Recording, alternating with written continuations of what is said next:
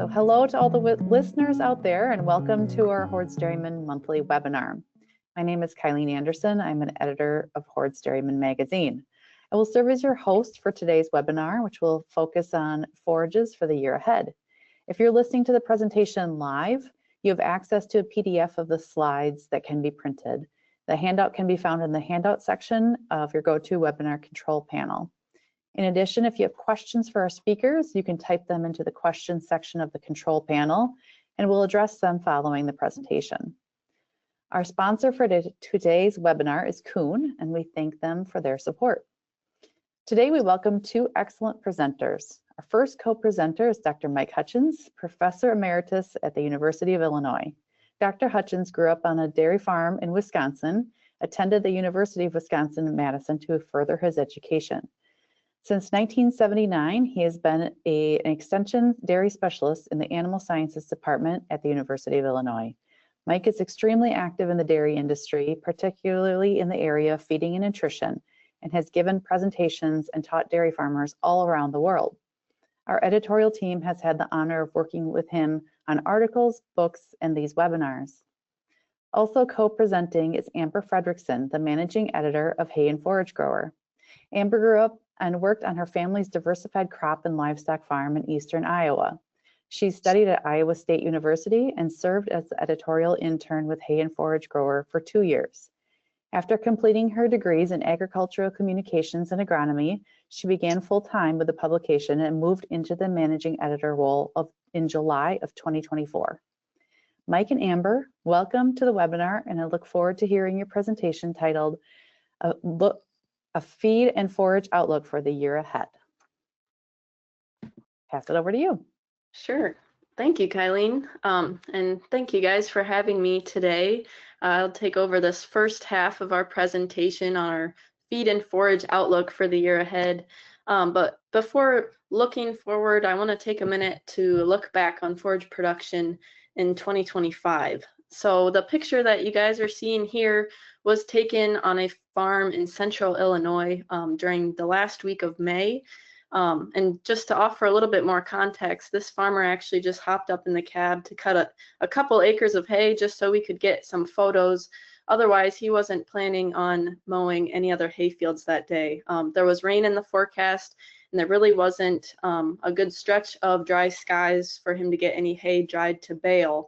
And that seemed to be a common theme during the early growing season for a lot of hay and forage producers, especially in the Midwest and our central parts of the country. Were just really kind of affected by a lot of early season rainfall, which set the tone for delayed cuttings and lower forage quality the rest of the harvest season. But as we'll see in the slides to come, that kind of changed in the middle of the summer.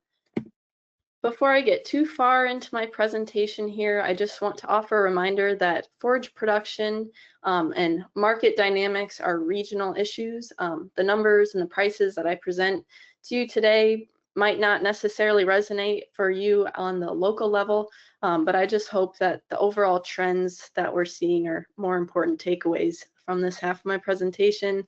And with that said, while I kind of focus on forage production and hay prices, Mike's going to dive a little bit deeper into the forage quality and some feeding strategies and recommendations later on. So stay tuned for his half of the presentation. So what are we dealing with here? What is the state of forages in 2025? Like I said, early on, we had a lot of rainfall as we started getting into first hay cutting. And as that first hay cutting was delayed, it kind of had a cascading effect on subsequent cuttings and kind of just threw off harvest schedule for a lot of producers. A lot of cases, this rain came in short, heavy rainfall events, torrential rains, and even though we were getting the moisture that we needed, it wasn't coming in a form that was helpful, and in some cases caused more damage than good.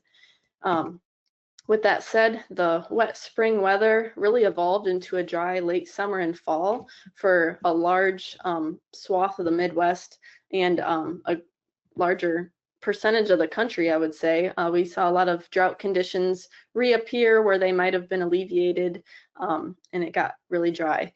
There is a La Nina expected on the docket for this winter, And although sometimes La Nina can be associated with drought conditions, it's not necessarily expected to be a very strong event. So that doesn't really hold a lot of weight when it comes to predicting weather conditions ahead.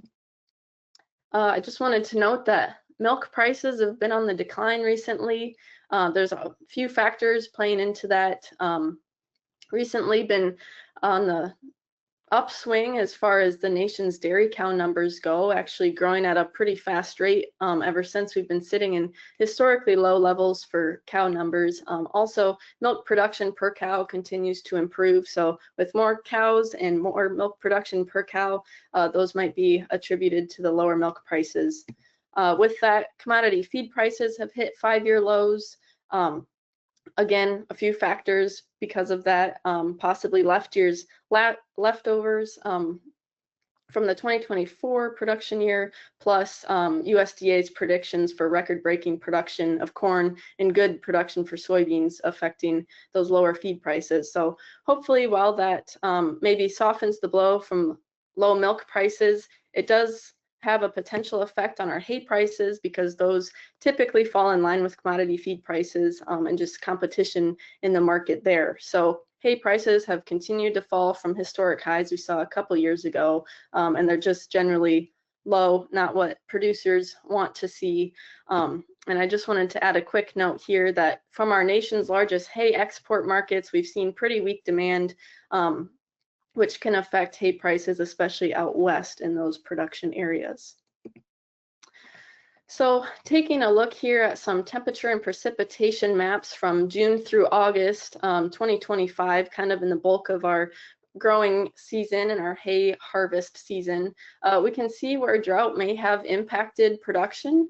On the flip side, we can kind of see where moisture may have benefited some regions. Like I said, that moisture might not have come in the most helpful of forms if it was torrential rainfall or severe weather, which was the case for a lot of producers, and that's what really set their harvest schedules kind of in a tizzy. And then after this August timeline, we see rain really shutting off for a lot of regions, and it got really dry as we entered the fall.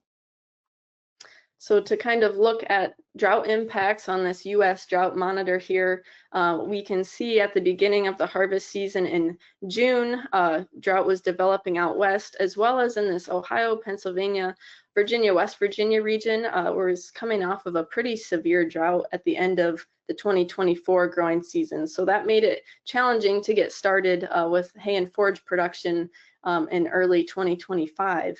And as we look over on the right-hand side here, August drought monitor map, kind of around that time when we'd expect pollination for corn and maybe entering later cuttings in our hay fields, we can really see drought take a hold of the west.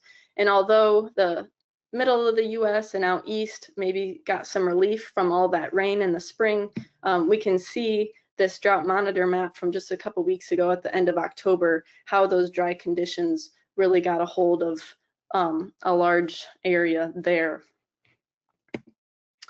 Just a quick look at a couple of soil moisture maps here. On the left is root zone soil moisture as of the end of September, and the right hand map here is surface soil moisture also at the end of September.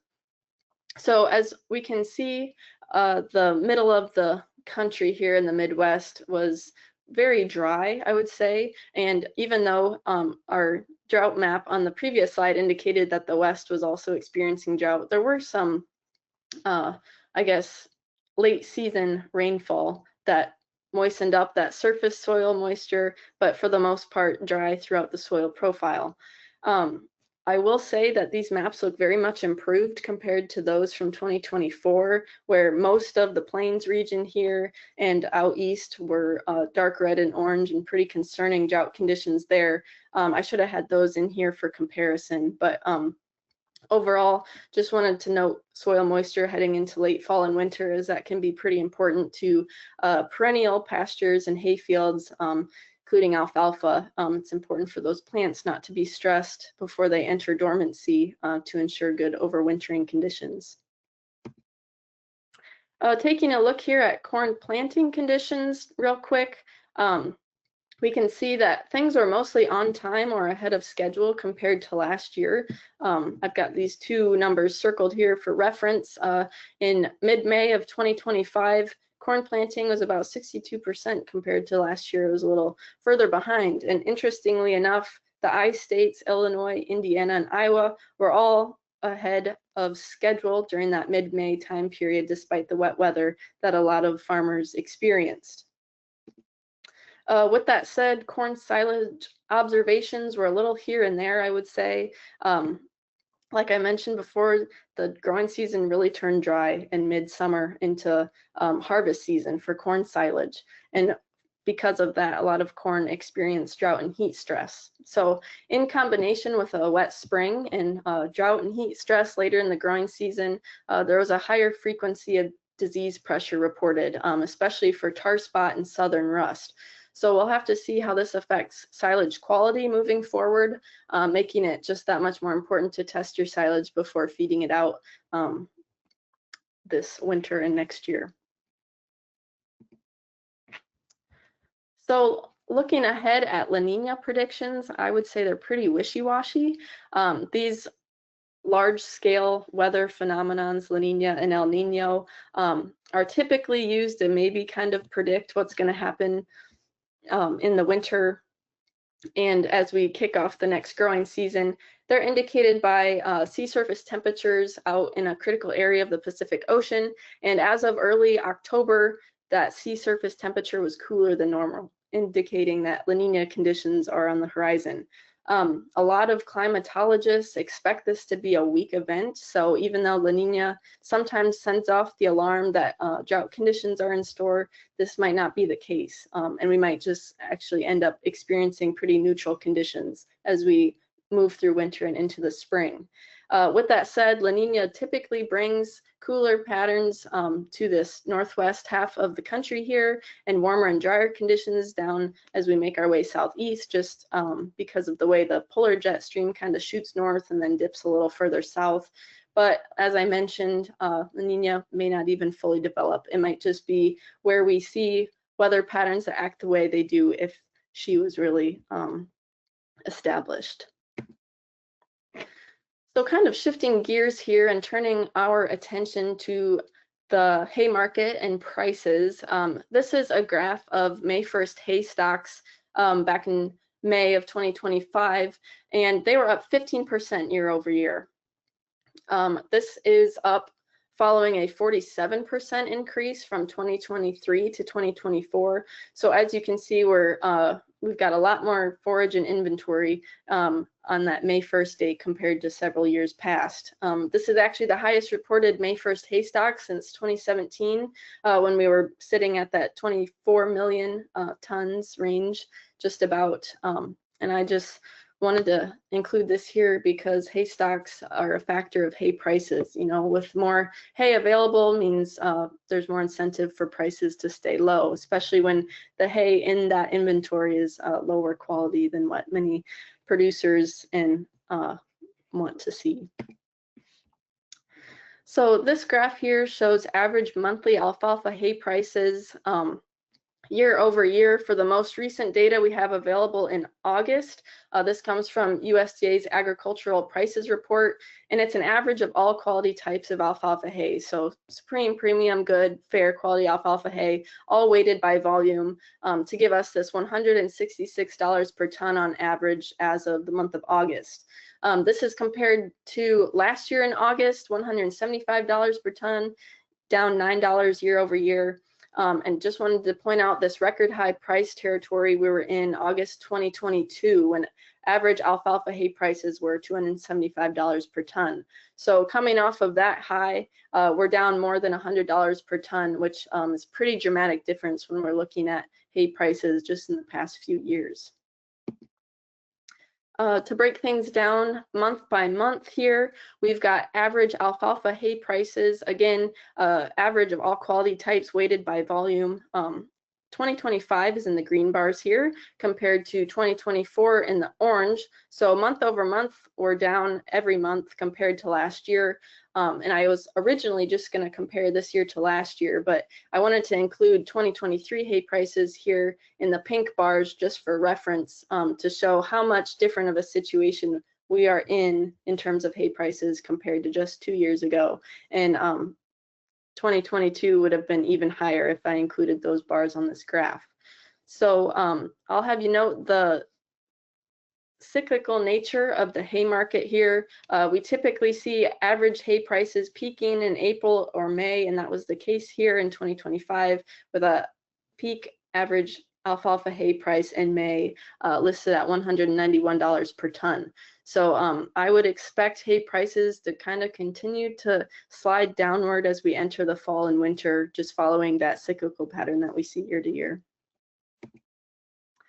Looking at higher quality hay prices, this is a graph of monthly price per ton for supreme and premium quality alfalfa hay. This price is tracked by USDA for the Dairy Margin Coverage Program, and it takes an average of supreme and premium quality hay from the top 5 dairy states, which are California, Idaho, New York, Texas, and Wisconsin. So the most recent data we have available from USDA on this specific metric is $222 per ton for supreme and premium quality alfalfa hay. In many cases, though, premium and supreme quality hay price is going to vary from region to region, and in some cases, that's going to be much lower than this average that you see here. Just to zoom in on Western hay prices for a moment here, those prices out west remain lower than usual. This chart here is from the most recent Hoard report from last week, and compared to last year, as you can see, prices are down anywhere from $5 to $40 across all quality types and in all these regions of the West. Looking at Idaho and the Columbia Basin, for example, you can see that supreme and quality hay prices are less than $200 per ton. So that's a case compared to the previous slide where the average supreme and premium quality prices were $222 per ton. Producers in these regions aren't seeing those numbers. Again, it might not be as drastic of a decline in hay prices from year to year, but compared to where we were years prior, it's pretty dramatic. And as noted in this Hoyt report, lower milk prices out west may have hurt hay demand and hay prices that you see here. Just jumping off of Western hay prices for a moment, we'll look into the export market for U.S. hay, especially because export market demand has pretty big influence on Western hay prices. And if you're sourcing your hay from out west, that might be a factor in that as well. So the graph here shows alfalfa hay exports to China. China has historically been our nation's largest export market for alfalfa hay. Most of our U.S. alfalfa hay that leaves our country is going to China. This year, though, January through July, exports to China were down significantly, as you can see here, down 27% compared to last year. So that's just another thing to be mindful of when we're really analyzing hay market prices as we move forward. So where are hay prices heading? Well, I just want to mention again that the seasonality or kind of that cyclical nature of the hay market is a pretty constant factor to consider, with those average alfalfa hay or any type of hay prices peaking in April or May and then trailing off as we get into fall and winter. With that said, I would probably expect hay prices to continue to decline a little bit here and there until we get into the next growing and harvest season. With that said, though, weather is going to be a critical factor. So if we think ahead to 2026 and we think back on 2025 and how early season weather conditions affected our production and subsequent pricing, it's always kind of up in the air how that is going to affect our production. Hay stocks could also influence our hay prices. If we sit on a large supply of lower quality hay, that's going to encourage prices to stay in that lower neighborhood. And again, commodity prices will likely stay low moving forward, especially considering what we got on the docket for 2025 corn and soybean production. So low commodity prices also encourage hay prices to stay low without that competition in the market for feed. With that said, though, I don't think hay prices can get that much lower considering production costs and what producers need to sell it for to make a profit. So even though we're coming on some pretty drastic and dramatic declines compared to a few years ago, I don't think that's something that we can really see moving forward. Just a quick look here at forage seed supplies for 2026. I actually got this chart from our November Hay and Forage Grower magazine. It'll be in there whenever that magazine gets to your mailbox. You can open it up and find it there too. But if you've got any forage seedings on the docket, plan to establish any hay fields, take a look here. These forages on the left are pretty average supply as far as purchasing goes, but if you're planning on planting anything that falls in this tight or extremely tight category, I'd encourage you to make those purchases as soon as possible if you haven't already, just to ensure you've got the seed that you need. So to sum it all up here, again, 2025 was another year of extreme conditions, extreme as in wet versus dry conditions, as well as an increase in those intense precipitation events and just wet weather patterns.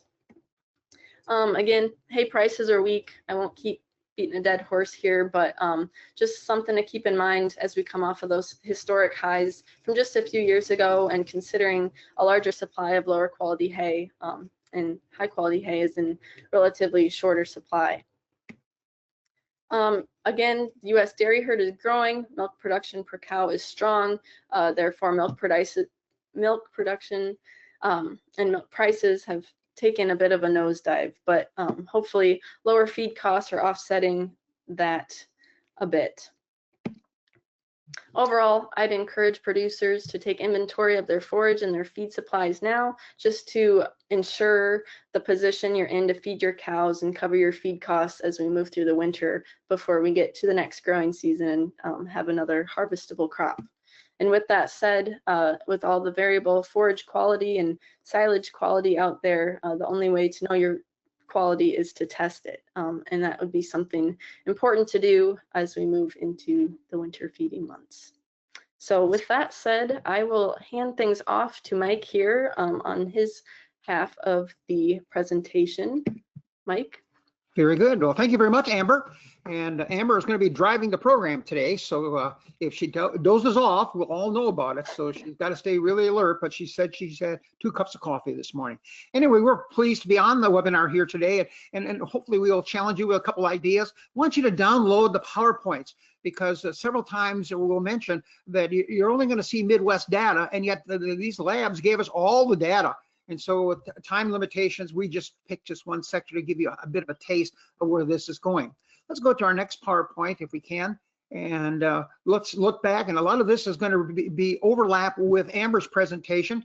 We just know that we've had a real problem here in Illinois, specifically with what we call cob tip fill. In other words, the tip of the tip of the cob didn't fill. And that could have been poor pollination, heat stress, or moisture, and same thing on the soybeans. We usually fill the soybean seed in August, and it was really dry as far as that goes. The tight tassel wrap was another factor that came in some parts of the Midwest here, and that appeared to be hybrid specific and related to stress. And then the last one would be the stalk integrity, the ability for the corn plant to stand up.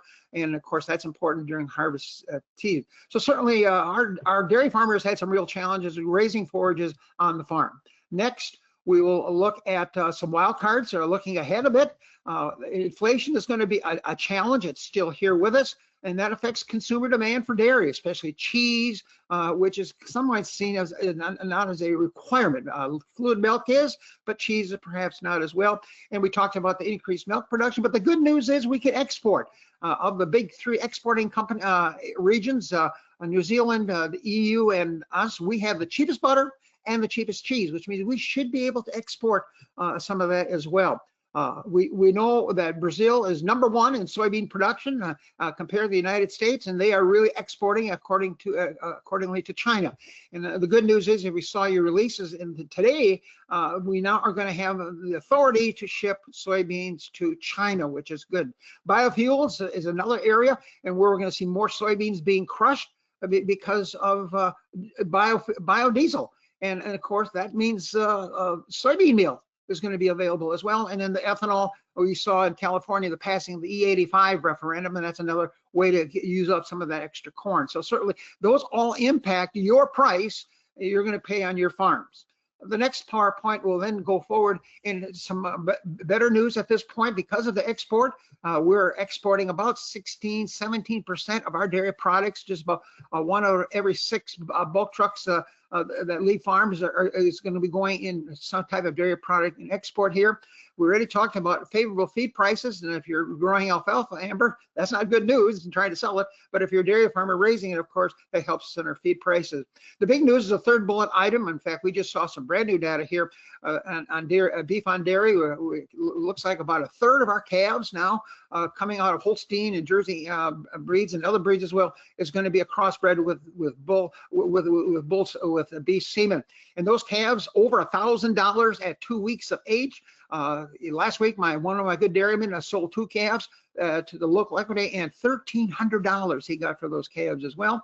And therefore, the cull cows are also very strong at this point because we aren't culling as much and because we don't have as many replacement heifers out there. And the one resource said we're adding $1.50 to $2 per hundredweight or 45 liters to the milk check, and that's huge. With our, as Amber points out, milk prices are modestly soft at this point. And heifer prices, 2 years ago, that was a bad deal. You couldn't make any money raising heifers because they were only worth about $1,400, and some farms weren't even raising heifers anymore. They're just going to buy them on the marketplace. We now see them over $3,000. Well, that means it's going to be 2 years before we start seeing much of impact there. So we think that heifer price thing for those dairymen that are going to get into it would work out as well. Our next PowerPoint will then go our thanks to our 2 labs again this year. Neil Winger from Dairyland Labs gave us excellent information, and then we have Katie Raven from Rock River. So I thank both companies and individuals for help pulling this information together. So let's go into this next PowerPoint, and we'll start showing that. You'll just keep an eye on it. You'll see the sources listed in each of the slide, and here you can see a regional comparison compared to a 5-year comparison. This is on corn silage. And you can see not a lot of movement here really at this point. Just look at the bottom line. You can see the UNDF, and that's an important number for our dairy farmers because that's a fill factor. But if it gets too low, then a negative affects the rumen fermentation. So certainly that's one to watch. You can see that number sits right around 10, and these numbers aren't moving very much here. On starch, you can see some of the other regions a little bit lower in starch content, as is Illinois.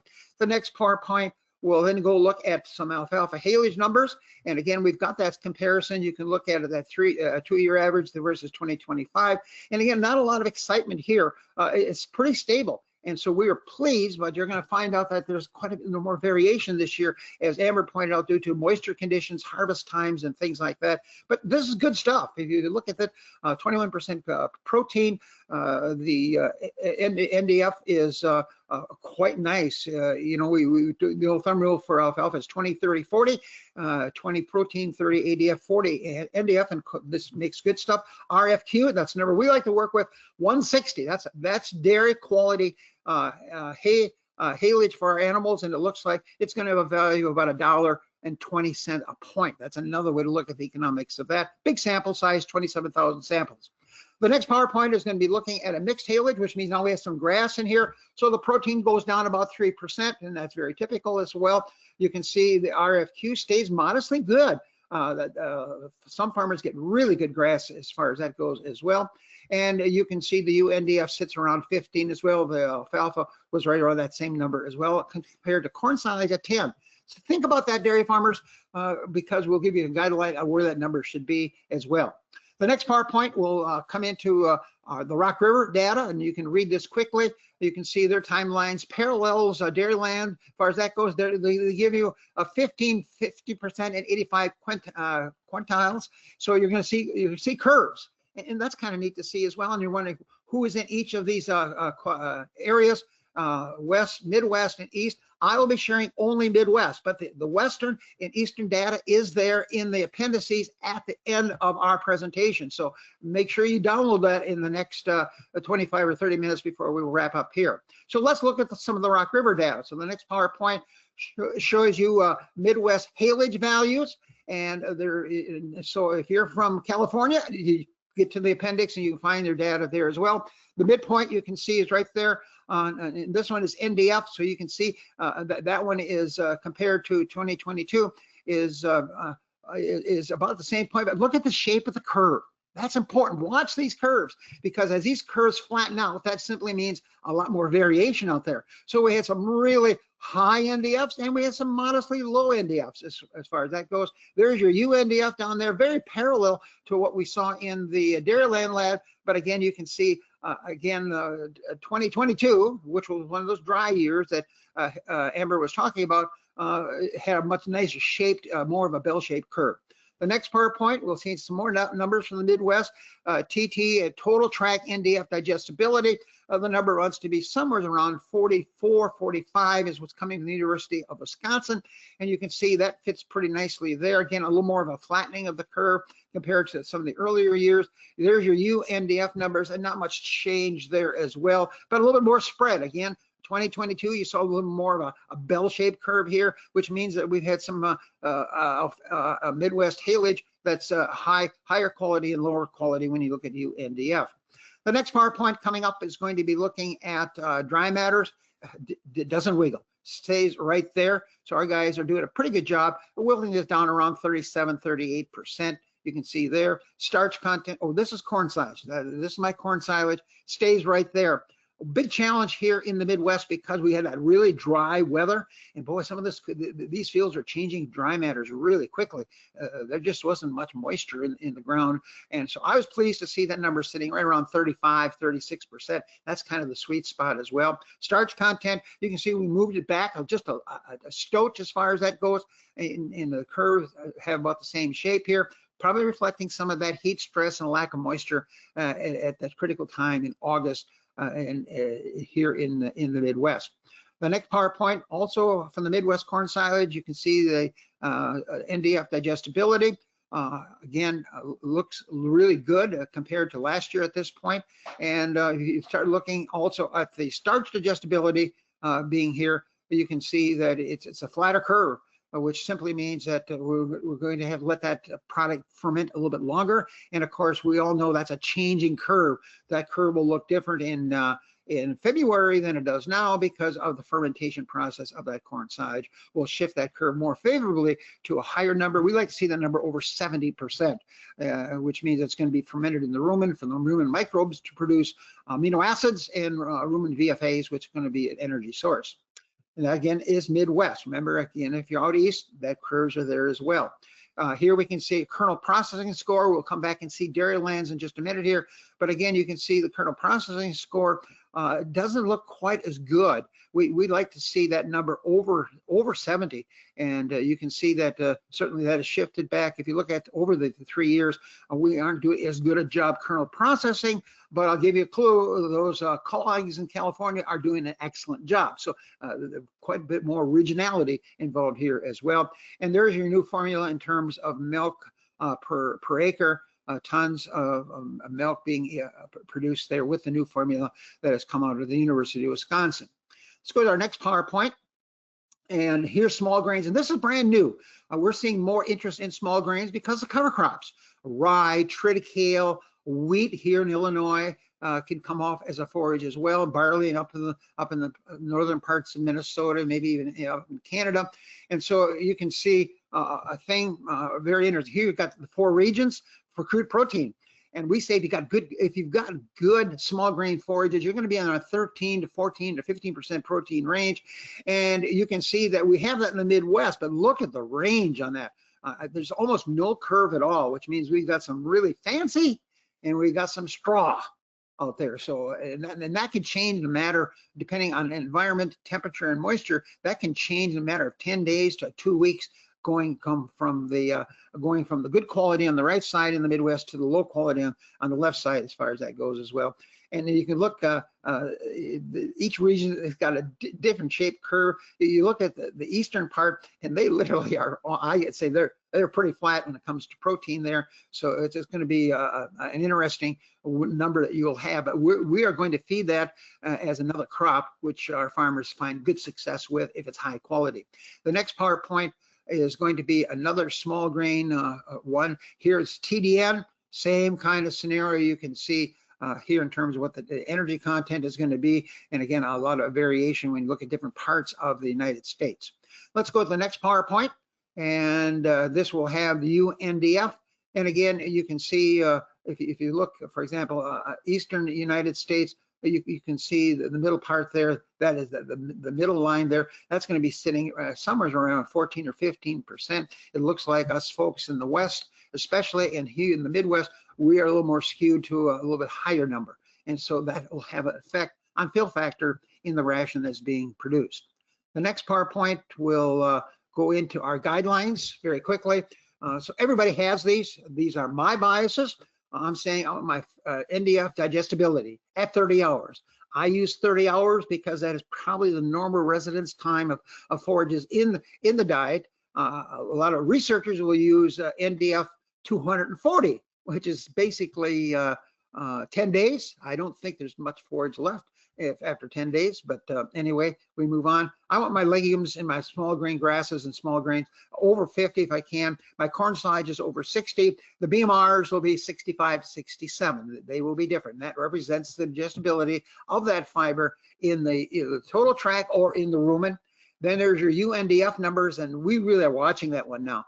Sweet spot's about 10% in the total ration dry matter is UNDF. That includes forages and grains and concentrates and byproduct feeds. If you want to be over 7% to maintain rumen function, obviously particle size becomes a factor there. I want to be under 12% because that becomes a fill factor. Simply means it's not moving through the digestive tract quickly enough. And so if my cow has to consume 55 or 60 pounds of dry matter, and these really high elite herds that are now averaging over 34,000 pounds of milk, a lot of groceries had to go through those girdles in 24 hours as well. The next PowerPoint is going to be a quick looking at our costs and alternatives here. And let's go to our next PowerPoint. And there we'll look at, and I would have liked to have even better data, but because of the government shutdown, we didn't get any of this data the last 2 or 3 months. And so you can see the trend. You can see corn prices have gone down from roughly $5 a bushel down to $4.10. And you might say, well, what does that mean? Well, it means it's going to be cheap energy for those farmers that are going to be buying corn at this point. But in Illinois, according to the Farm Doc, that's our big ag econ website, the average Illinois dairy farmer lost $60 per acre in 2025. And that was based on, that $60 loss was based on an average yield of 236 bushel. That's a big yield. And that was priced at $4.10. And so they also calculated a break-even price. And so if you want to recover that lost $60, you would have to get $4.63 a bushel. And yet the good news is in the last week or so that those prices are starting to come back up a little bit. And so those farmers will have to make a decision. And in soybeans, you can see they were profitable, $15 an acre. And that's why there's a lot of interest in soybeans this year. We took and flipped increased acreages here in the United States on less corn and more soybeans because of input costs, fertilizer costs, and factors like that. Next PowerPoint, we'll look at the break-even prices. This comes from Sesame. This is the Ohio State program, and it was run by a colleague and co-worker of mine. I want to thank her very much. And basically, these are the October outputs we have. And you can see 2 items in red. These are not above break-even prices. So it says currently corn grain, $143 a ton. A lot of us here in Illinois think about corn in bushel. That was $3.92 a bushel was the price that went in to get that number there. And the break-even price would have been $3.69. $3.69 with that $133. And you can see corn silage is a good price. Another thumb rule is you take 10 times the price of a bushel of corn. So if corn is $4.10 a bushel, then corn silage is going to be would be more like $42, $43 a ton. And that's why you'll find a lot of our farmers now in the United States, and especially in the Midwest here, we're looking diets that are 2/3 to 3/4% forages coming from corn silage, and the others coming from legumes, grasses, and small grain as well. Canola, you can see, is another one of those red ones. Might be a better price if you were up in Minnesota or New York State, where you're closer to where it's being raised, coming out of Canada at this point. And even soybean meal is a good price. The other thing you might want to notice is you can see that the difference, the price difference there is about $400 a ton when it is heat treated, $40 a ton. And you see we had a big value increase, nearly $63. So the heat treated soybean meal can be a real plus as well. The next PowerPoint will look at some of the byproduct feeds, and you can see the corn byproduct feeds are in the green, corn gluten and corn distillers grains. Some of these can be wet, some of them can be dry, depending on your mills that's doing it, but they are good prices. You can see the next three are not break even. Their current prices are slightly higher. That spread is still pretty tight. As Amber points out, some of these byproduct feeds are good. The one thing you're going to think a little bit about, and that's going to look at soybeans. At $10.20 a bushel, that works out to $304 a ton for soybean seed or the soybeans. And then if you roast them, that's even a bigger excitement. And so if you want to compare that directly with fuzzy cottonseed, you can see that farmers here in the Midwest need to be thinking a little bit about, you know, maybe we should be looking at soybeans, especially if I'm raising them on the farm, since I'm not getting filthy rich with them. Might want to look at substituting some, if not all, of fuzzy cottonseed with the soybean or roasted soybeans, or in a comment we'll say a bit later, high oleic soybeans out there as well. So let's go to the next PowerPoint. And now we can look at some feeding strategies. And so we're right on the money time-wise. It'll take us about another 5 minutes to get through this, Amber, so we should be in good shape here. So let's go to the next PowerPoint and say, what are some of the things to look at? Well, the first thing I want to challenge you with, and that is look at some of the benchmarks. Now, notice in the word up at top, Illinois. You cannot maybe use these numbers. You cannot use these numbers in California. You can't use them in New York State either. This is Illinois data.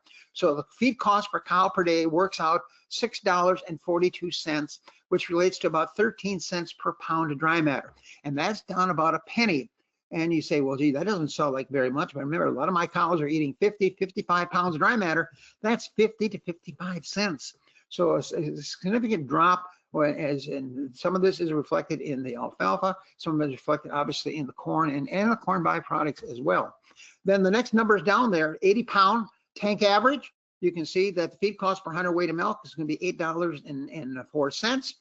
Income board feed cost nearly $12, and feed efficiency 1.63. That's a very good feed efficiency, but right on the money for that level of milk production.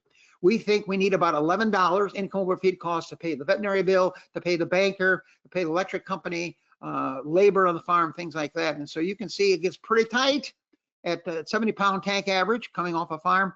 And now you see why that beef price gets to be very important, because in most cases, that's going to be the profit, not the milk. And so that's an interesting thing to observe as well. The next PowerPoint will look at comments about milk production economics. Remember, we want to set high peaks because cows settle into a lactation curve. So higher the peak, and that number now, we've got some new numbers you'll be seeing in a featured Hoard's Dairyman article, peak milk, when you look at different parity. And the old thumb rule was multiplied by 200. And in some cases, that's true for really high producing third lactation cows, but not for first calf heifers. High producing cows make the most money. And take a look at this. If I get 1 pound of dry matter increase, we call that marginal dry matter, that last pound of dry matter, and therefore I don't have to pay maintenance and all these other costs in there. That will cost me 13 cents. We just showed that to you there. I'm using milk price at 20 cents per pound. I'm assuming I have fairly high solids, especially fat and protein. That's 20 cents a pound. The thumb rule is 1 pound of dry matter should produce 2 pounds of milk. So I got 13 cents going in, 40 cents coming out of my cow, and that makes a profitability of 27 cents per cow per day. That's a really nice number to be looking at here when we look at today's economics. The next PowerPoint, we'll talk about feed efficiency. Here you'll show an example. This is assuming 80 pounds of milk. with a 30-cent pound, 13 cents per pound of dry matter, and most herds will be at 1.5. And these will be holding. Now this is energy corrected milk. So Jerseys, you are on that. So you're right with me on this slide here. But my good herds will be at 1.6 or slightly higher. That difference there between 1.5 and 1.6 is basically 3 pounds of dry matter, and that's another 39 cents. So very quickly, we're seeing where you can find these extra 39 and 40-cent numbers, and those are big numbers along with our beef cattle as well. The next PowerPoint will give you some guidelines. This comes from The Ohio State University. Oh, by the way, they're still #1 in the nation, I believe. We'll move on. We are not. And by the way, Wisconsin is a long ways away, but we will not say anything more about that. And you can see that depending on what your milk yield is, either in pounds or kilograms for our people that are more comfortable with the metric system, you can see where we are. And then you can see that 80 pounds of milk feed efficiency should be about 1.55. My really high producing herds that are averaging 100 pounds of milk, they're going to be around about 1.75 there. And so that all means just more profitability in the herd. The next PowerPoint will come in and take a quick peek at fecal starch. This is another test that's being run on farms. This is Dairyman's data. And you can see that once you're in the red, that means you're over 3.5% starch in the feces. And that's an estimated number because we don't have markers. Researchers in labs will use UNDF as markers or chromium or something like that. And you can see this is a year ago, you can see that 38% were producing high quality manure. It had a lot of starch in it. And therefore, we want to get that number actually down to under 2%. The really good herds that have the kernel processors, the right particle size, the right rates of passage on, they'll get that down. And by that starch could come from any of those sources. It could come from barley grain, could come from barley silage, it could be coming from corn silage, could be coming from high moisture corn, and a really useful test. So I would argue all you dairy farmers online today, you better be running this test because you can see there's some really big risks out there. And you can see 41% are spot on, but another 38% have opportunities to steal, I use that word carefully, steal that energy from the manure unless you're getting paid a premium for producing high starch manure. And I don't think many of us get that. The next PowerPoint, we'll look at another area to take a look at. This is that same data, but this comes from Rock River. And now you can see, look at the shape of the curve. And the good news is that you can see here in the Midwest, we have a much tighter curve here compared to those people out in the West. And so I guess I would be concerned in the West because of the shape. I have more samples that have higher values, and we have less good shape to the curve. Certainly our curve in the Midwest. So we didn't win many of these curves that you'll see if you go to the appendices, but this is one that we get to win. The next PowerPoint will take a quick peek at silage processing score. You saw that data also came from Rock River, and so there's more of that in the appendices table that you will not see here today. But now you can see again, this is last year's corn crop, and you can see again 70 is kind of the sweet spot. And that's optimum, and some of our good nutritionists say we should be at 75. And I know one good nutritionist in the Midwest said we should be over 80. It means we're really going to smash that corn kernel, so it allows those ruined microbes a shot at that extra energy in the program. So again, a neat opportunity here, and we know for every 10 units you move up, getting better processed corn silage, according to the Randy Shaver at the University of Wisconsin, that's about 2 pounds more milk. And 2 pounds more milk. So notice in some of these tips here, we're trying to find that extra pound of dry matter or 2 pounds of milk or lower fecal levels in the starch itself. The next PowerPoint will look at a couple mycotoxin guidelines. I will not read those to you. This one comes from Rock River Lab. Various universities and labs have other guidelines, but to give you an idea where we're at. The next PowerPoint, however, does show you and this is also in your appendices because of space and time. This is the Don, and you can see here we got the regions and in the curves illustrated here, and basically where that dotted line is, basically we should be, if we're to the left of that, that should be considered a safe feed. Probably do not have to worry too much about mycotoxin binders, but look at this, guys and gals. You'll see that there's a lot of numbers above that dotted line as far as that goes. Just be cautious, though. The data that came from Dairyland Labs is this across all species, and in some cases, a swine and is more sensitive to some of these than a dairy cow would be because of the magic of the rune microbes itself. So again, there are 4 of these more charts available in the appendices, including such things as zeolite and aflatoxin. The next PowerPoint will look at looking ahead at a couple of the unique things as we wind down here quickly, and we'll go to the next slide. BMR may be disappearing, eyes wide open. And there's really no substitute for BMR because BMR is lower lignin, more digestible fiber at this point. And there'll still be some BMRs around, but it may take time for it to catch up. The next PowerPoint will look at the short hybrid choices. And this comes from Texas A&M, a webinar presented by Dr. Brent Bean. And there's 3 kinds of short hybrids. And by short hybrids, it means the space in between the nodes is shortened down, which means they have less stalk, but they should have very similar type cob formation. Therefore, you're going to have more starch coming. So here are the types, and I will not read those to you. You can look at that at your leisure. Pendulum and their recommended levels of planting, and because the leaves, they will probably get reduce evaporation losses and get optimal photosynthesis. Semi-uprights, let's go to the next PowerPoint. That's the one you'll be able to look at. This is the one they recommend. This is what they call an upright hybrid, and high populations being at this point, and they would recommend this for corn silage to make sure we don't dry out. And so now soil type becomes another factor as well. So short corn is something that's relatively new. Next PowerPoint will tell you why you're interested in this. And of course, a shorter corn would mean less wind damage and higher levels of starch and lower levels of NDF here in the program.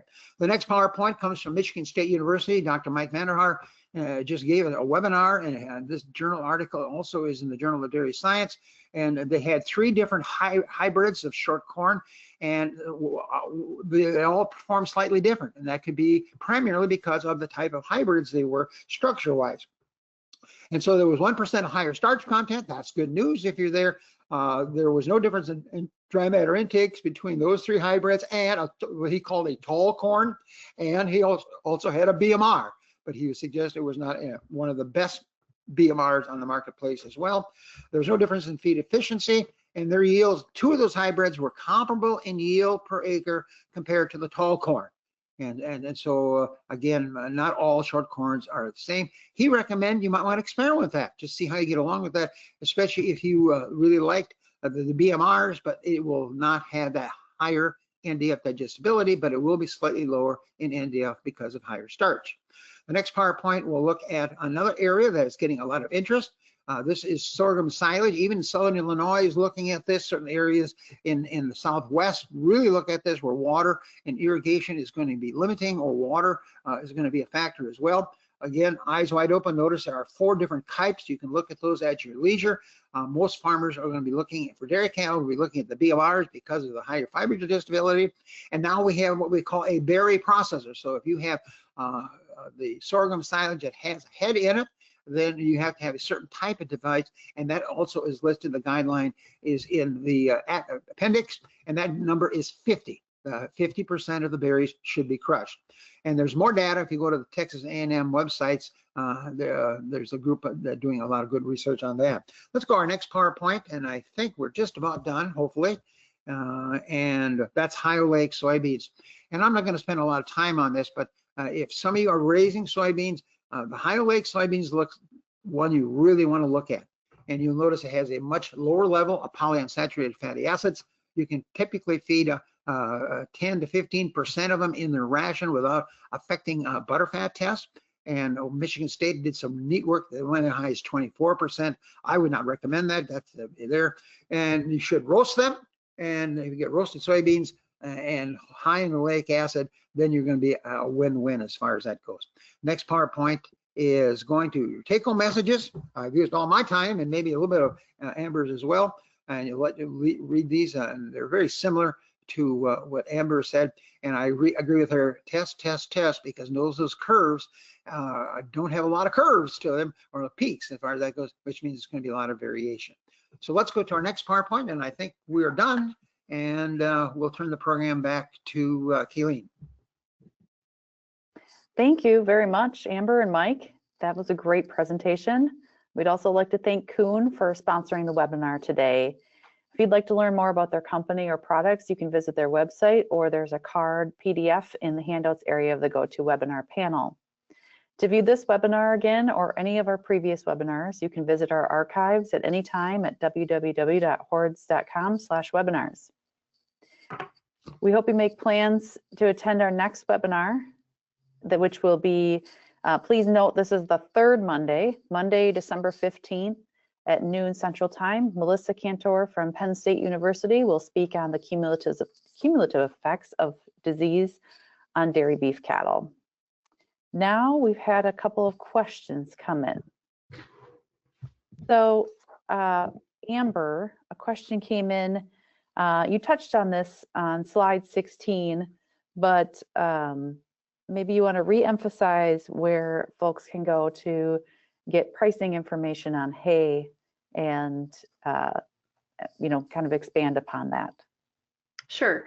I will just give a shameless plug, I guess, for Hay and Forage Growers weekly newsletter. eHay Weekly goes out every Tuesday, and we have a hay market report based on USDA state market reports.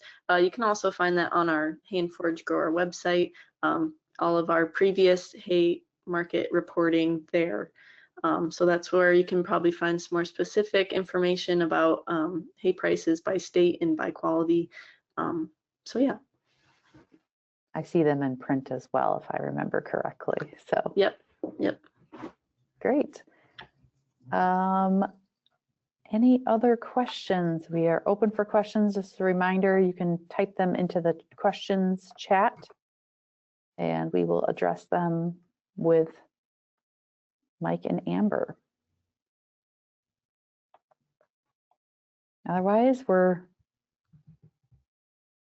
closing in on the 1 hour mark, and certainly I would welcome questions that would come in afterwards. We can get those answered with our presenters today and get back to you. So if any others do come in, otherwise I'm getting the signal that we do not have any other questions. So you guys must have answered everything very thoroughly. So that was great. Well, thank you. We did. Go ahead. Or you. Or we did answer them very well. And they said, that's a dumb thing you said.